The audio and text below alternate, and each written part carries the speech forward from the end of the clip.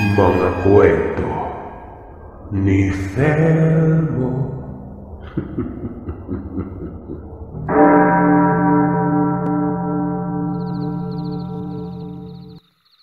Ako si Malin, at ang kwentong ibabahagi ko ay sari-saring karanasan ng aking ama na si Patricio, o mas kilala sa tawag na Isyo.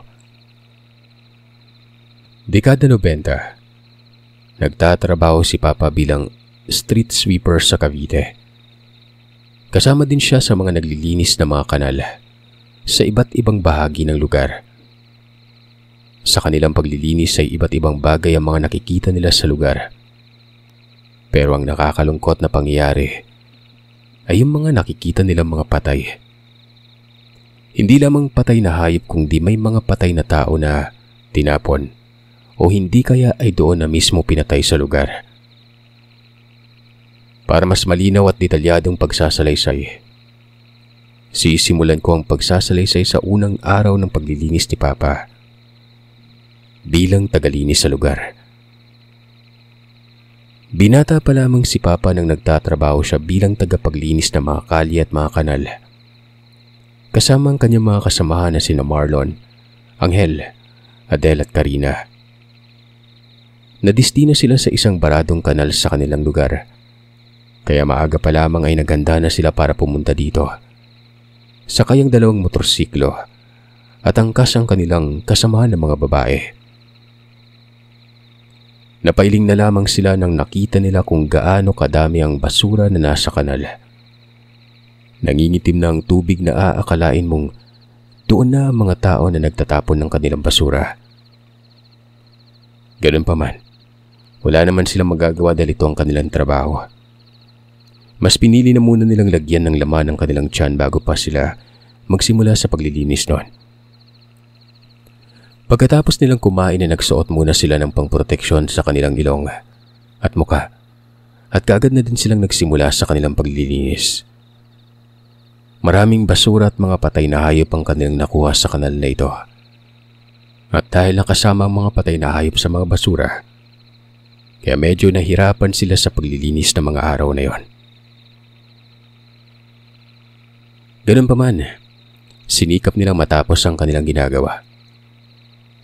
Pero ang hindi nila inaasahan na makita sa lugar, kung saan papatapos na sila at malapit na sana sa dulong bahagi ng kanal, nakakita sila ng isang karton na may laman ng mga damit. Medyo bago pang karton na yon na sa hinuha nila Papa ay nasa 2 araw lamang na nakatenga sa kanal. Mga damit at lampi na may dugo ang laman ng karton. At mula sa loob ay umaalingasaw ang amoy. Masangsang na amoy ng nabubulok na katawan.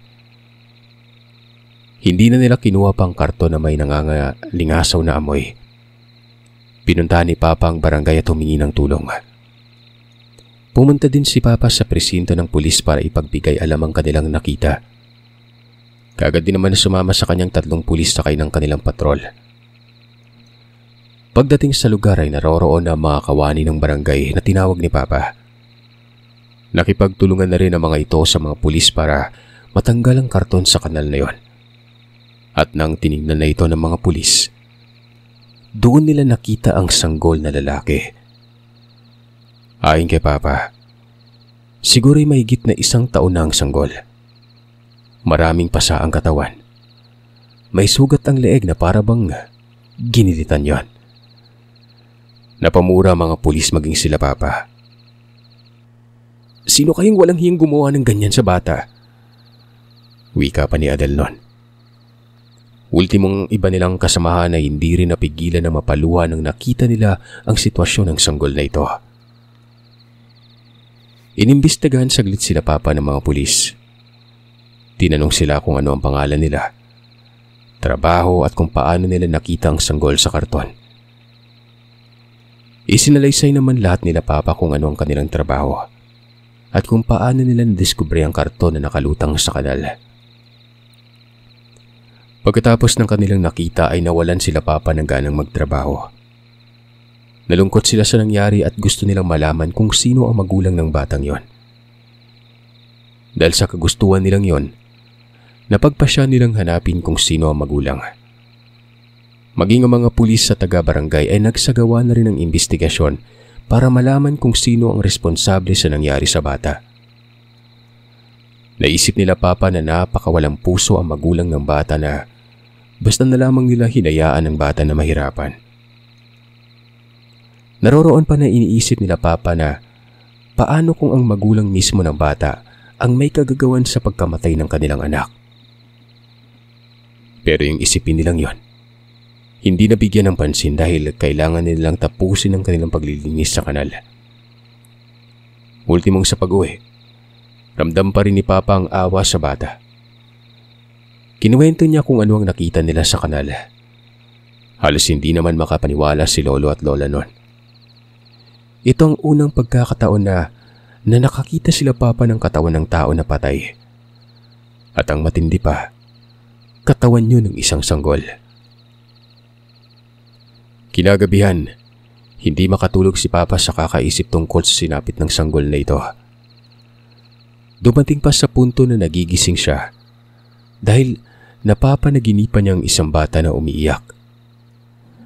Nakakaawa ang pag-iyak ng bata na para bang sinasaktan nito ng tao na malapit sa kanya. Pero kapag sasagipin na ni Papa ang bata mula sa mapanakit na taong yon, bigla na lamang siyang nagigising at hinihingal. Nagising din naman sina Lolo at Lola nang marinig nila ang mga ungol ni Papa. Kung kaya't sinabihan ni Lola si Papa na magsindi ng kandila at ipagdasal na lamang ang kaluluwa ng bata nun. Ultimong sila Lolo ay sinabayan si Papa sa pag-aalay ng panalangin sa batang ito. Inabot pa yun ang kalahating oras na pagdarasal bago sila natapos. Maganda naman ang kinalabasan ng kanilang pagdarasal dahil mahimbing na nakatulog si Papa pagkatapos nilang gawin yon. Kinabukasan, bago pumasok sa trabaho ay muli pang nagsindi ng kadila si Papa sa altar. Muli niya ring dinasalan ang nakita nilang sanggol. At bago pumasok sa trabaho ay dumaan muna siya sa barangay para magtanong kung ano nang nangyari sa kaso ng namatay na sanggol na yon. Ayon naman sa barangay, wala pa silang natanggap na ulat mula sa mga pulis. Narinig pa ni Papa na ang nakitang sanggol ay usap-usapan ng mga tao sa lugar din. Papaalis na si Papa ng isang babae ang nakita niyang tila ba patago ko maglakad nun. Gusto niya sanang sundan ng babae, pero tinawag na siya ni Angel. Nakatira kasi ito malapit sa barangay hall. Tinanong siya ni Angel kung anong ginagawa niya sa lugar. Napanaginipan ko kasi yung nakita nating sanggol pre. Parang humihingi ng hustisya yung kawawang Angel . Kaya pumunta ako sa barangay para magtanong kung may balita na ba. Hindi naman umimik o sumagot si Angel kay Papa. Niyaya niya na lamang si Papa na pumasok na sa kanilang trabaho. Sumunod naman si Papa sa kaibigan. Kaya sabay silang nakarating sa lugar kung saan nagkikita-kita sila ng iba pa nilang kasamahan sa trabaho. Pagdating nila sa lugar at nang wala ng ibang tao ay doon pa lamang nagsalita si Angel noon. Sinabi niyang may pinaghihinalaan siya sa kanilang lugar na posibleng responsable sa nangyari sa bata. Pero sa ngayon, hindi pa ako sigurado . Inaalam ko pa yung totoo. Kaya ako ito sinabi sa inyo para kung sakaling makita niyo yung taong pinaghihinalaan ko baka matulungan niyo ako na tuklasin ang katotohanan at mabigyan ng hustisya yung sanggol. Wika ni Angel. Sinabi ni Karina at Marlon na delikado ang kanilang gagawin. Pero maging sila man ay gustong mabigyan ng hustisya ang walang kamuwang-muwang na sanggol. Kung kaya't nagkasundo sila na magmanman sa tao na sinabi ni Angel sa kanila. Ito ay walang iba kundi ang mag-asawa na nangungupahan katabi labang ng bahay nila Angel. Ayon kay Angel, bago lang nangupahan na mag-asawa sa tabi nila. Nasa 1 linggo pa lamang ang mga ito. Madalas na magtalo ang mag-asawa. May naririnig din siyang iyak ng bata sa bahay. Pero hindi siya nagkakaroon ng pagkakataon na masilayan ang itsura ng batang yon. Ang lagi niya lang naririnig ay ang iyak o hindi kaya ay ang pagtawa ng bata sa gabi. Pero nitong mga nakaraang araw ay wala na siyang naririnig na pag-iyak ng bata. At ang mag-asawa naman ay malimit na wala sa bahay. Kapag umaalis pa ang mga ito sa bahay nila ay balot na balot ang mukha niya. Yun bang takot ng babae na makita ng mga tao? Dahil sa sinabi na yun ni Angel ay nagkasundo sila papa na manmanan ng babae na sinasabi ni Angel at ang asawa nito. Nang araw na yun ay sa bakanting lote naman sila naglinis. Pag-aari ang lote na ito ng gobyerno. Pero dahil sa napabayaan lamang na nakatiwangwang kung kaya't nagsisitaasan ng mga kugon at talahib sa nasabing lugar. Sumuong sina Papa Marlon at Angel sa mga matataas na damo na ito para maggapas at maging malinis ang paligid. Nakakatakot na kapag hindi pa nalinisan ng lugar, baka mas kumapal at mas dumami ang damo nun. Habang silang tatlo ang nagtatabas ng damo, ang mga kasamahan naman nilang dalawang babae ang nag-iipon sa tabi. Pagdating nila sa gitnang bahagi ng damuhan, nagsitakbuhan pa sila dahil sa nakakita sila ng malaking sawa. Mabuti na lamang at mahabang hawakan ng patalim na dala ni Marlon. Kung kaya't nagawa niyang patayin ng sawa bago pa man sila nito makagat.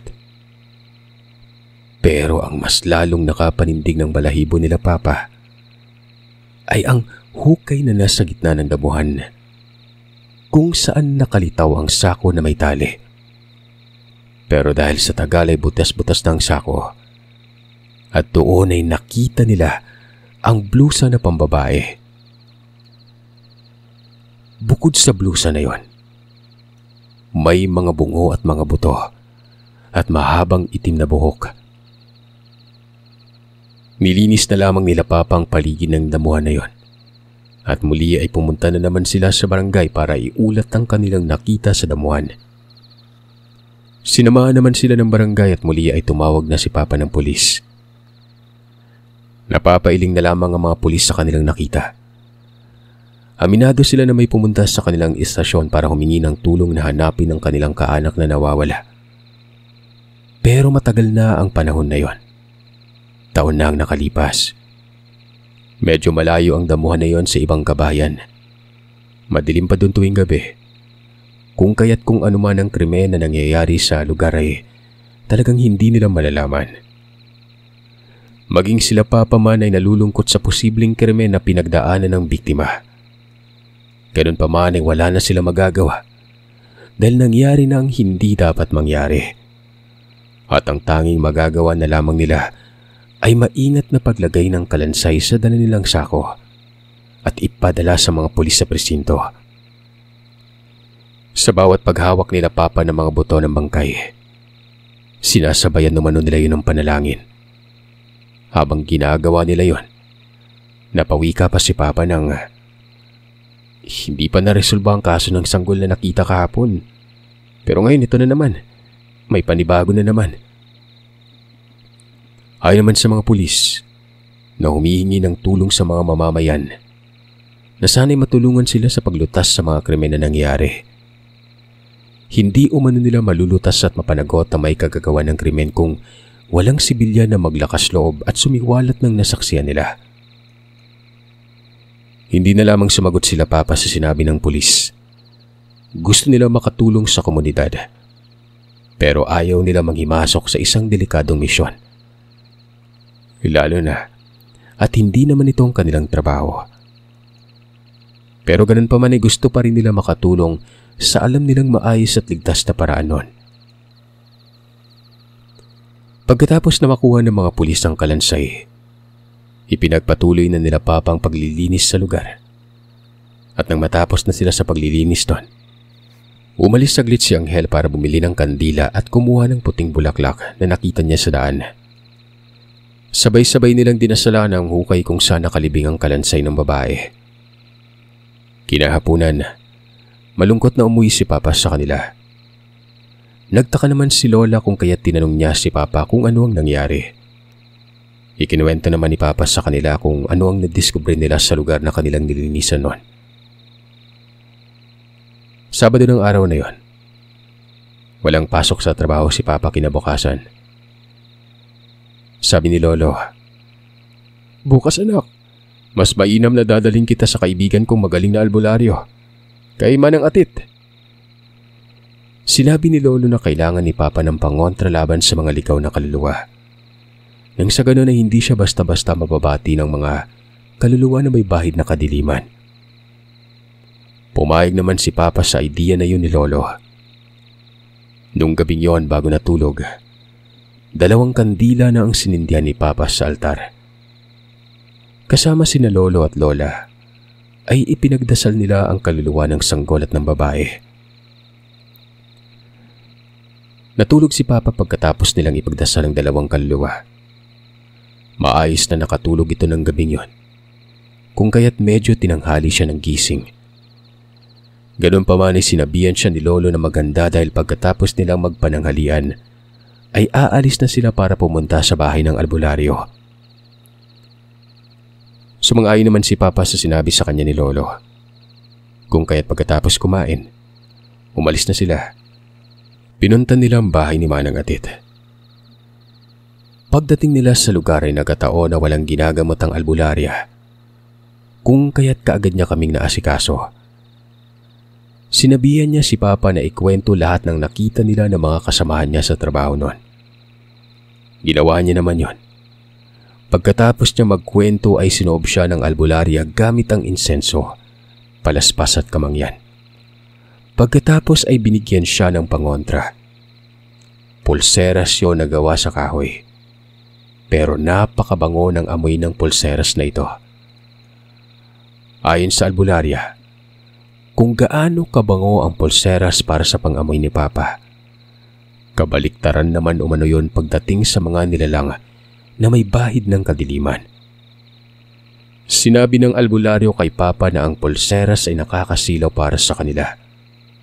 Hindi lang si Papa ang binigyan ng pangontra ng albularya, maging ang mga kasama niya sa trabaho.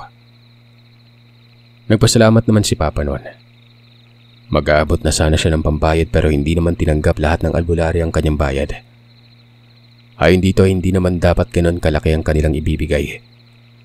Hindi naman kasi serbisyo niyang binabayaran, kundi ang pangsilaw lamang sa mga nilalang na kanyang nakakalaban.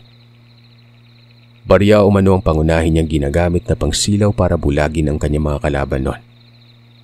At kung paano ito ginagawa ng manggagamot, hindi alam ni Papa.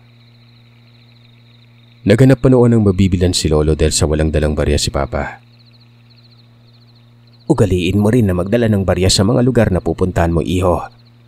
Hindi lang naman mga ligaw na kaluluwa ang nasa paligid.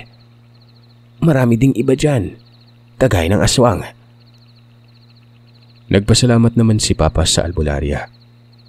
Saglit pa silang nag-usap. Sinabihan din ng albularya si Papa na tama ang kanilang ginagawa na dinadasal nila ang lugar kung saan nila nakita ang mga kalansay o maging ang bangkay man. Nang sa ganoon ay mabigyan ng agarang bendisyon ng mga kaluluwa. Tumango naman si Papa at sinabihan ng albularya na panatilihin nila ang kanilang ginagawa. Hindi na sila nagtagal pa sa lugar. Napagdesisyonan nila Lolo na maglakad-lakad na lamang pauwi dahil sa 3 minutong lakarin lang naman mula sa bahay ng manggagamot papunta sa bahay nila Papa. Habang naglalakad sila sa daan, nakita ni Papa ang babae na sinabi sa kanila ni Anghel. Kasama ng babae ang lalaki na sawari nila. Asawa ito. Tila ba may pinagtatalunan ng dalawa. Nabigla si Papa nang marinig niya ang sinasabi ng babae na, "Nakokonsensya ako sa ginawa mo sa anak natin, Orly." "Manahimik ka, Rema. Kapag nalaman ng mga pulis na ako may kagagawan doon at hinuli ako, babalikan kita." Dahil sa sinabi ng lalaki ay nanahimik na lamang ang babae noon. Napatingin si Papa kay Lolo. Kung kaya't imbis na umuwi sa bahay nila, dumiretso silang mag-ama sa presinto. Isinalaysay ni Papa sa mga pulis ang lahat ng kanyang narinig. Maging si Lolo man ay tinanong din ng mga ito. Kagaya ni Papa ay ganun din ang sinabi ni Lolo sa mga yon. Sa pagkakataon na ito ay nagsagawa ng mga pulis ng hot pursuit habang sila Papa ay umuwi na sa bahay. Bago pa man sila umalis ng presinto ay nakiusap sila sa mga pulis na huwag nang sabihin sa mga ito na sila ni Lolo ang nagturo sa mag-asawa. Sinabihan naman sila ng mga pulis na protokol nilang kaligtasan ng kanilang witness. At dahil sa sinabi na yon, napanatag sila Papa bago pa umuwi. Pagdating nila sa bahay ay nadatnan nila sina Angel at Marlon. Naghihintay ang mga ito kay Papa. Nagyaya ang mga ito na mag-inuman kahit saglit. Binigay naman ni Papa sa dalawa ang binigay na pangontra ng albularya. Nagtaka pa nung unang dalawa kung para saan ang mga yon. Pero nang malaman nila na pumunta pala si Papa sa manggagamot, tinanggap nila ito. Maayos naman na nag-inuman ng magkaibigan. Hindi naman sila masyadong nagpagabi sa pag-inom dahil sa maaga pang kanilang pasok kinabukasan. Hindi na rin sinabi pa ni Papa sa kanyang mga kaibigan ang tungkol sa narinig niyang usapan ng mag-asawa. Nang sa ganon, ay mapangalagaan niyang kaligtasan nila ni Lolo. Kinabukasan, nagkita-kita sila sa waiting shed kung saan silang lahat nagtitipon-tipon bago sabay-sabay na pumunta sa lugar kung saan sila ididistino ng namumuno sa kanila. Sa pagkakataong ito ay isang medyo may kalakihang creek na may kalaliman pero napupuno na ng basura. Kaya't kinakailangan nilang gumamit ng bangka na goma para sa maayos nilang paglilinis sa gitnang bahagi ng kanal. Bago sila magsimulang maglinis ay binigay muna ni Papa sa mga kasama nilang babayang pulseras na bigay ng albularya. Naging paksa din ng kanilang usapan ng mga lugar na kanilang nililinisan, maging ang bangkay na nakita nila sa lugar. Habang pinag-uusapan nila ang ganong sitwasyon, nagsabi si Angel na hinuli na umano ng mga pulis ang mag-asawa niyang kapitbahay. Ayon pa sa kanya ay nanlaban pa ang lalaki na kung hindi siya nagkakamali, nakahitit ng ipinagbabawal na damo ng gabing yon. Napabuntong hininga na lamang si Papa at tahimik na nagpasalamat. Maayos naman nilang natapos ang kanilang paglilinis at laking ginhawa ang kanilang nadama dahil sa wala silang nakitang bangkay ng tao sa malaking creek na yon. Nakakita lang sila ng mga pusa at aso na patay na. Pero sa kanilang karanasan sa paglilinis, normal lamang ang ganong pangyayari, lalong-lalo na sa kanilang trabaho. Kinagabihan, dahil sa pagod ay nakaligtaan ni Papa ang magdasal para sa kaluluwa ng sanggol at ng babae na nakita nila sa talaiban. Nakatulog si Papa pagkatapos nila maghapunan nun. Nagising na lamang siya nang nagkaroon siya ng pangit na panaginip. Narinig yun ni Lola kung kaya't pinasok siya nito ng kanyang silid. Niyugyug hanggang sa tuluyan na itong magising. Medyo natagalan pa si Papa sa pagkakaupo dahil sa bigat ng kanyang pakiramdam. Pero hindi niya naman magawang maalala kung ano ang kanyang napanaginipan. Dahil doon, tinanong siya ni Lola kung nadasalan niya ang mga kaluluwa ng nakita nilang bangkay. Naalala ni Papa na hindi niya pa pala nadasalan ng mga ito. Kung kaya't kahit hating gabi na, nagdasal pa rin sila ni Lola ng nobina sa katahimikan ng mga kaluluwa na hindi nakamit ng tamang hustisya. Bumalik naman si Papa sa pagtulog nang matapos na nilang madasalan ng kaluluwa ng bata at babae. Pero muling nanaginip si Papa. Ayon sa kanya, napanaginipan niyang isang bata na naglalakad papunta sa liwanag. Pero bago pa man dumiretso ng lakad ng batang yon, lumingon pa ito sa kanya. Nakita niya ang maamo at masayang mukha ng batang yon. Nag-flying kiss pa umano. At matapos kumaway ni Papa ng pamamaalam, doon na siya nagising. Sa pagkakataong ito ay napakagana ng kanyang pakiramdam. At alam niyang dahil ito sa kanyang napanaginipan na bata noon. Paglabas niya sa sala ay nakahanda na ang hapag para mag-agahan. Naroon na rin si Lolo at ang dalawang nakababatang kapatid ni Papa na si Tia Alisa at Tio Emil. Napag-usapan nila ang mga pangyayari sa trabaho ni Papa. Nakita ko sa balita yung magulang ng bata na nakasilid sa karton na nakita niya sa paglilinis niyo ng kanal, kuya. Nakakulong na sila pareho. Umami na rin yung tatay ng bata sa nagawa niyang krimen. Wika ni Tia Alisa noon. Napagtanto ni Papa na yun palang dahilan kung kaya't nakita niyang masaya ang bata sa kanyang panaginip. Pero syempre, ang inaalala pa ni Papa ay ang kalansay ng babae na nakita nila. Kahit pa hindi niya matandaan ang kanyang panaginip ng nakaraang gabi, nararamdaman niya ang panaginip na yon ay tungkol sa babae.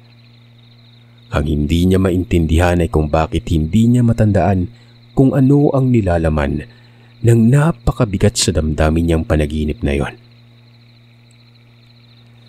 Nang gabi din na yun ay kinausap ni Lolo si Papa. Esyo, kinausap ako ni Kapitan kanina. Kung daw makisali tayo sa pagroronda. Unti-unti may gumagalaw daw na kriminal sa lugar natin kung kaya't humihingi siya ng tulong sa mga residente na tumulong sa pagroronda. Nang sa ganun maiwasan ang pagdami ng mga durugista sa lugar natin. Dahil sa sinabi ni Lolo, pumayag si Papa. Pagkatapos nilang maghapunan ng gabing yon ay sumama na si Papa kay Lolo papunta sa barangay.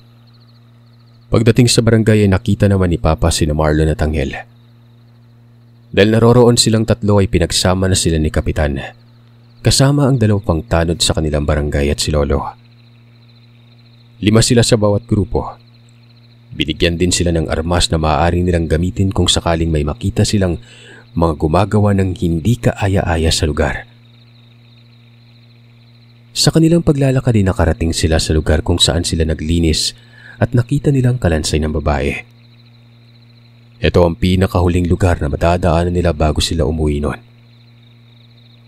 Nasa malayo pa lamang umano sila nang makakita sila ng sasakyan na nakaparada sa tabi ng abandonadong lote na ito na nilinis nila Papa. Dahil sa kanilang nakita ay pinatay nila ang dala nilang flashlight. Nanatili sila sa medyo may kalayuang distansya. Nakita nila na nagbukas ng pintuan ng kotse. Dito ay napagtanto nilang kakarating lamang nito sa lugar. 2 lalaki na animoy lasing ang bumaba sa sasakyan. Pagkatapos ay binuksan din ng mga ito ang likurang bahagi ng kotse. At mula sa likod ay may binaba ang mga ito na sa tingin ko, tao na nakatali ang mga kamay at paa.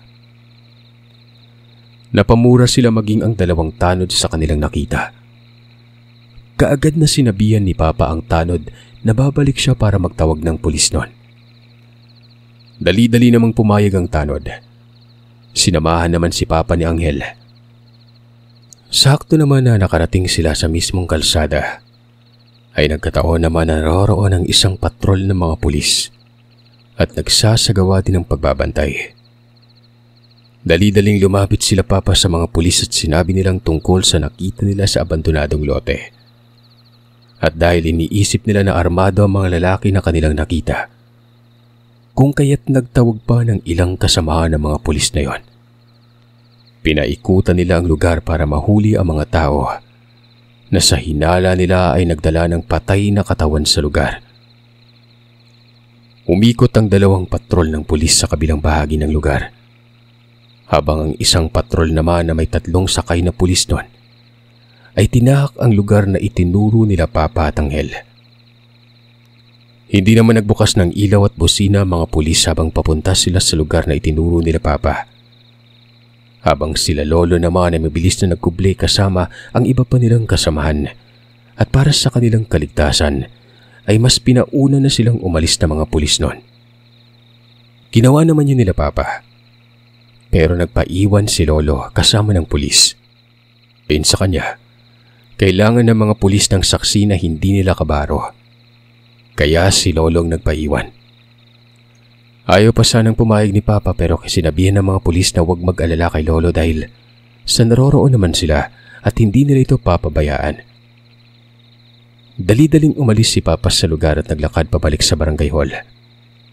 Nakasalubong pa nila si Kapitan habang may bitbit itong radyo na ginagamit para sa komunikasyon sa lahat ng grupo na mga nag-iikot sa lugar. Pabalik na mga ito sa kung saan naroroon ng mga pulis. Babalik pa sana sila Papa, pero hindi na rin sila pinayagan pa ni Kapitan. Sinabihan na lamang sila na maghintay na lamang sa presinto at yun na lamang ang ginawa nila noon. Kalahating oras ang lumipas. Nakabalik ang mga ito. Dala na nila ang dalawang lalaki. Duguan na ang paa ng isa sa kanila. Kaagad na kinulong ang dalawang lalaki. Dito ay nalaman namin na bangkay ng babae ang dala-dala ng dalawang yon. At ang mas matindi pa, ginahasa nila ang babae bago pa nila pinatay. Langupas sa droga ang lalaki nang nahuli ng mga pulis.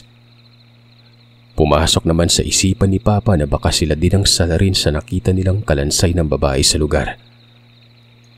Sinenyasan sila ng pulis na umalis na sa lugar kung kaya't kaagad naman nila yung sinunod. Pagdating sa bahay ay sinikap pa rin ni Papa na dasalan ng mga kaluluwa ng mga biktima ng krimen. At kung dati ay 2 kandila lang ang kanyang sinisindihan, ngayon ay 3 na. Sinama niya rin sa pagpanalangin ng kaluluwa ng bangkay na biktima ng 2 lalaking yon. Kinabukasan kahit puyat, pumasok pa rin sila sa kanilang trabaho. Nakibalita sila sa iba nilang kasamahan sa mga nangyari nung nagdaang gabi.